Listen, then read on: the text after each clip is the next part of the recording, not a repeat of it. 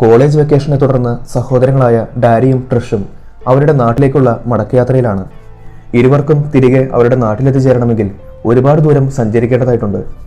എന്നാൽ ആ യാത്രക്കിടയിൽ വെച്ച് തീർത്തും അസാധാരണമായിട്ടുള്ള ഒരു സംഭവം ഇരുവരുടെയും ശ്രദ്ധയിൽപ്പെടുന്നു.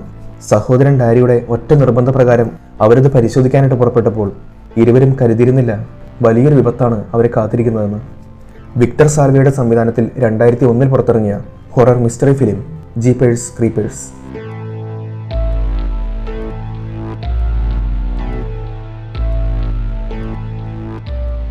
ഒരു ഉൾനാടൻ പ്രദേശത്താണ് കഥ തുടങ്ങുന്നത്. സഹോദരങ്ങളായ ഡാരിയും ട്രിഷും കോളേജ് വെക്കേഷനെ തുടർന്ന് ഇരുവരും അവരുടെ നാട്ടിലേക്ക് മടങ്ങുകയാണ്. ഇരുവർക്കും തിരികെ അവരുടെ നാട്ടിലെത്തണമെങ്കിൽ ഇനിയും ഒരുപാട് ദൂരം സഞ്ചരിക്കേണ്ടതായിട്ടുണ്ട്. പരസ്പരം ഓരോ കാര്യങ്ങൾ അങ്ങനെ സംസാരിച്ചും ചെറിയ പിണക്കവും ഇണക്കവും ഒക്കെ ആയിട്ടാണ് അവരുടെ യാത്ര. ഇത്രയും ദൂരം സഞ്ചരിക്കുന്നതിനിടയ്ക്ക് ഈ ഒരു പ്രദേശത്ത് അവർ ഇതുവരെയായിട്ടും ഒരു ആൾതാമസമോ എന്തിന് ഒരു മനുഷ്യജീവിയെ പോലും കണ്ടിട്ടില്ല. വളരെ വിജനമായിട്ട് കിടക്കുന്ന ഒരു പ്രദേശം. അവരുടെ യാത്ര ഇപ്പോൾ ഒരുപാട് ദൂരം പിന്നിട്ടിരിക്കുന്നു. അങ്ങനെ ഇരിക്കുന്ന സമയത്താണ് ഇത്രയും ദൂരത്തിനിടയ്ക്ക് അവർ ആദ്യമായിട്ട് ഒരു വാഹനം കാണുന്നത്. അങ്ങനെ ആ വാഹനത്തെ മറികടന്ന് അവർ കുറച്ചു ദൂരം കൂടി പിന്നിട്ട് കഴിയുന്ന സമയത്ത് ആ ഒരു വാഹനം മറ്റൊരു ദിശയിലേക്ക് തിരിഞ്ഞു പോവുകയാണ്. എന്നാൽ ആ വാഹനം തിരിഞ്ഞു പോയതിന് പുറകെയായിട്ട് അല്പം ദൂരെ നിന്നും മറ്റൊരു വാഹനം ഇവർക്ക് പുറകിലായിട്ട് വന്നുകൊണ്ടിരിക്കുകയാണ്. ആ വാഹനം ഏതാണ്ട് അടുത്തെത്താറായി. കാഴ്ചയിൽ അല്പം പഴക്കം തോന്നിക്കുന്ന ഒരു ഗ്രേ കളർ വാൻ. എന്നാൽ ആ വരവ് കണ്ടിട്ട് അത്ര പന്തിയായിട്ട് തോന്നുന്നില്ല. കാരണം അത് ഇവരെ തന്നെ ലക്ഷ്യം വെച്ച് വരുന്നത് പോലെയുണ്ട്. ഒടുവിൽ ആ വാൻ ഇവരുടെ തൊട്ടു പുറകിലെത്തുകയാണ്. ഇതേ സമയം ഇവരാകട്ടെ പുറകിൽ ഇങ്ങനെയൊരു വാഹനം വന്നു നിൽക്കുന്നതായിട്ട് കാണുന്നുമില്ല. എന്നാൽ ഒട്ടും പ്രതീക്ഷിക്കാത്ത സമയത്താണ് കേട്ടാൽ നടുങ്ങിപ്പോകുന്ന രീതിയിൽ ആ വാൻ ഉച്ചത്തിലൊരു ഹോൺ അടിക്കുന്നത്. ആ ശബ്ദം കേട്ട് ഇരുവരും ആകെ പകച്ചു പോവുകയാണ്. ശബ്ദം കേട്ട് തിരിഞ്ഞു നോക്കുന്ന സമയത്താണ് ഇങ്ങനൊരു വാഹനം അവരെ ഫോളോ ചെയ്യുന്നതായിട്ട് അവരുടെ ശ്രദ്ധയിൽപ്പെടുന്നത്. ആ വാനാണെങ്കിൽ നിർത്താതെ ഇങ്ങനെ ഹോൺ മുഴക്കിക്കൊണ്ടിരിക്കുകയാണ്. വാഹനം അരികിലേക്ക് ഒതുക്കി കടന്നു പോകാനുള്ള വഴിയൊരുക്കുമ്പോഴും ഈ വാനാകട്ടെ ഇവരെ വിടുന്ന ലക്ഷണമില്ല. അകത്തിരിക്കുന്ന ആരാണെന്ന് ഒട്ടും തന്നെ വ്യക്തമാകുന്നില്ല. അങ്ങനെ അല്പസമയത്തിന് ശേഷം ആ വാൻ ഇവരുടെ വാഹനത്തെ മറികടന്നു പോവുകയാണ്. ഒട്ടും പ്രതീക്ഷിക്കാതെ ഉണ്ടായ ആ സംഭവത്തിന്റെ ഷോക്കിലാണ് ഇപ്പോഴും അവർ. ആ ഒരു സമയത്താണ് ട്രിഷ് ഡാരിയോട് കുറെ വർഷങ്ങൾക്ക് മുമ്പ് നടന്ന ഒരു സംഭവത്തെ പറ്റി പറയുന്നത്. നിനക്കറിയാവുന്നതല്ലേ, 20 വർഷങ്ങൾക്ക് മുമ്പ് ഇതേ സ്ഥലത്ത് വെച്ചായിരുന്നു ഡാർലസും കെന്നിയും മിസ്സിംഗ് ആയത്. പിന്നീട് നാളിതുവരെയായിട്ടും അവരെക്കുറിച്ച് യാതൊരു അറിവുമില്ല. അവരിപ്പോൾ ജീവനോടെ ഉണ്ടോ എന്ന് പോലും ആർക്കും അറിയില്ല. എനിക്കിപ്പോൾ ആ ഒരു സംഭവമാണ് ഓർമ്മ വന്നത്. ഒരുപക്ഷെ നമുക്കെന്തെങ്കിലും പറ്റിയിരുന്നെങ്കിൽ ഒരാൾ പോലും തിരിഞ്ഞു നോക്കാനില്ലാത്ത ഒരു പ്രദേശമാണിത്. അങ്ങനെ ഇരുവരും അല്പദൂരം പിന്നിടുന്ന സമയത്ത് വഴിയരികിൽ കാട് പിടിച്ചടക്കുന്ന ഒരു പ്രദേശത്ത് വളരെ പഴക്കം തോന്നിക്കുന്ന ഒരു കെട്ടിടം അവരുടെ ശ്രദ്ധയിൽപ്പെടുകയാണ്. എന്നാൽ പെട്ടെന്നായിരുന്നു അവർ അവിടെ ഒരു കാര്യം ശ്രദ്ധിക്കുന്നത്. കുറച്ചു മുമ്പ് അവരെ പിന്തുടർന്ന ആ ഒരു വാൻ അവിടെ പാർക്ക് ചെയ്തിരിക്കുകയാണ്. മാത്രവുമല്ല, വാഹനം ഓടിച്ചിരുന്ന ആ ഒരു വ്യക്തി അവിടെ എന്തോ മറവ് ചെയ്യുകയാണ്. കുറച്ചുകൂടി സൂക്ഷിച്ചു നോക്കുന്ന സമയത്താണ് അതൊരു മനുഷ്യ ശരീരമാണെന്ന് അവർ തിരിച്ചറിയുന്നത്. വലിയൊരു തുണിയിൽ പൊതിഞ്ഞ് അയാളെ ശരീരം തൊട്ടടുത്തുള്ള ഒരു ഹോളിനകത്തേക്ക് മറവ് ചെയ്യുകയാണ്. ഇത് കണ്ട് ആകെ നടുങ്ങി നിൽക്കുകയാണ് ഇരുവരും. ആ ഒരു സമയത്താണ് ഡാരി ട്രിഷിനോട് കുറച്ചു മുമ്പ് അവിടെ കണ്ട ആ ഒരു സംഭവത്തെ പറ്റി സംസാരിക്കുന്നത്. മടങ്ങിയെത്തുന്നു. നീ വേഗം എനിക്ക് ആ ടോർച്ച് തന്നെ. നീ അങ്ങോട്ട് പോയ സമയത്ത് ആരോ ഒരാളുടെ ശബ്ദം ഞാൻ അകത്തു നിന്നും കേട്ടു. അകത്ത് ആരെങ്കിലും ഉണ്ടോ എന്ന് ഞാനൊന്ന് നോക്കട്ടെ എന്ന് പറഞ്ഞ് ഡാരി ആ ഹോളിനകത്തേക്ക് ടോർച്ചടിച്ച് നോക്കിയാണ്. എന്നാൽ പുറത്തുനിന്ന് നോക്കിയിട്ട് ഒന്നും തന്നെ വ്യക്തമല്ലാത്തതുകൊണ്ട് പൈപ്പിനകത്തേക്ക് കുറച്ചുകൂടി കടന്നു നിന്ന് പരിശോധിക്കാമെന്ന് ഡാരി പറയുകയാണ്. ഡാരി, നീ മണ്ടത്തരം കാണിക്കരുത്, അതൊട്ടും സേഫ് അല്ല എന്ന് ട്രിഷ് പറയുന്ന സമയത്ത്, ഇല്ല, അപകടം പറ്റാതെ ഞാൻ നോക്കിക്കോളാം. നീ തൽക്കാലം എൻ്റെ കാലിൽ മുറുക്കി പിടിക്കുക. ഞാനതെന്താ ശ്രമിക്കുമ്പോഴേക്കും അത് പറഞ്ഞു തീർക്കാനാകാതെ അവൻ അവിടെ വെച്ച് മരിക്കുകയാണ്. ഡാരി ഉടനെ തന്നെ ഉച്ചത്തിൽ ട്രിഷിനെ വിളിക്കുകയാണ്.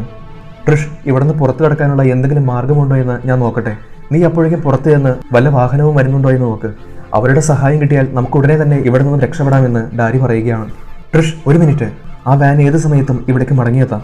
അയാൾ വരുന്നത് കണ്ടാൽ നീ ഉടനെ തന്നെ എന്നെ വന്ന് വിവരം അറിയിക്കണമെന്ന് പറഞ്ഞ് ട്രിഷിനെ പറഞ്ഞു വിട്ട ശേഷം ഡാരി പുറത്തു കടക്കാനുള്ള മാർഗം നേടുകയാണ്. അവൻ കുറച്ചുകൂടി അകത്ത് കിടന്ന് നോക്കുന്ന സമയത്ത് കുറേ മൃതശരീരങ്ങൾ തുണിയിൽ പൊതിഞ്ഞ് മറവ് ചെയ്ത നിലയിൽ അവിടെ കാണുകയാണ്. മാത്രവുമല്ല, കുറച്ചുകൂടി അകത്തേക്ക് പോകുന്ന സമയത്ത് എന്തൊക്കെയോ ഉപകരണങ്ങളും കൂടാതെ കുപ്പികളും മറ്റും അവിടെ ഒരുക്കി വെച്ചിരിക്കുന്നതായിട്ട് അവൻ കാണുകയാണ്.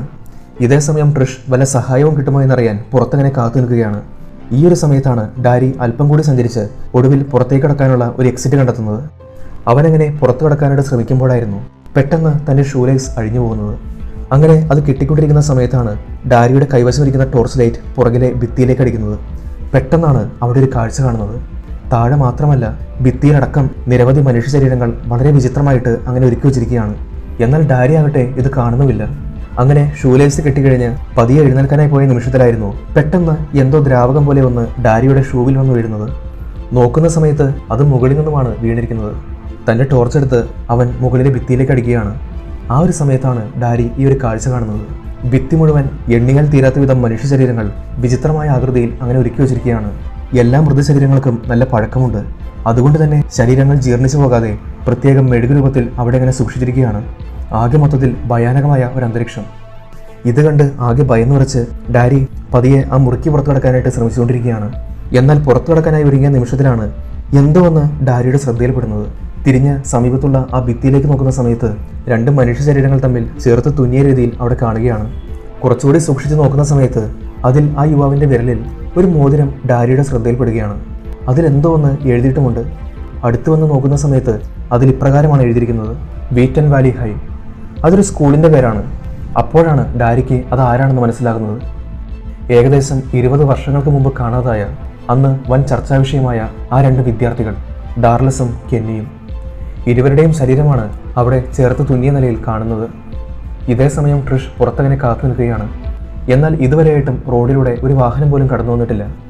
ഇരുവശത്തേക്കും മാറി മാറി നോക്കി അവളങ്ങനെ കാത്തു നിൽക്കുകയാണ്. അങ്ങനെ ഇരിക്കുന്ന സമയത്താണ് പെട്ടെന്ന് എതിർദിശയിൽ നിന്നും ഒരു വാഹനം വരുന്നത്.